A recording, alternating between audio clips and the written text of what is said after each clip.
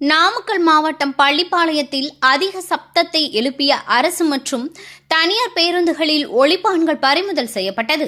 நாமக்கல் மாவட்டம் பள்ளிப்பாளையம் பகுதியில் இயங்கும் அரசு மற்றும் தனியார் பேருந்துகள் அதிக இரைச்சல் மற்றும் பொதுமக்களை அச்சுறுத்தும் வகையில் சட்ட விதிகளுக்கு மாறாக அதிக ஒலி எழுப்பக்கூடிய ஒலிப்பான்களை பயன்படுத்துவதாக தொடர்ந்து பொதுமக்கள் தரப்பிலிருந்து போலீசாருக்கு புகார்கள் வந்தது.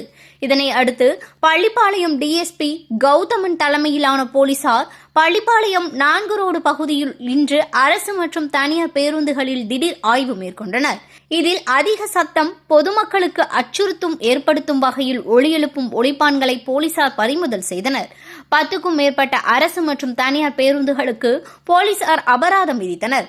தொடர்ந்து 30க்கும் மேற்பட்ட அரசு மற்றும் தனியார் பேருந்துகளில் 100க்கும் மேற்பட்ட அதிக ஒலி எழுப்பும் ஒலிப்பான்களை பள்ளிப்பாளையம் போலீசார் பறிமுதல் செய்தனர். இந்த சம்பவத்தில் பள்ளிப்பாளையம் 4 ரோடு பகுதியில் பரபரப்பான சூழல் காணப்பட்டது.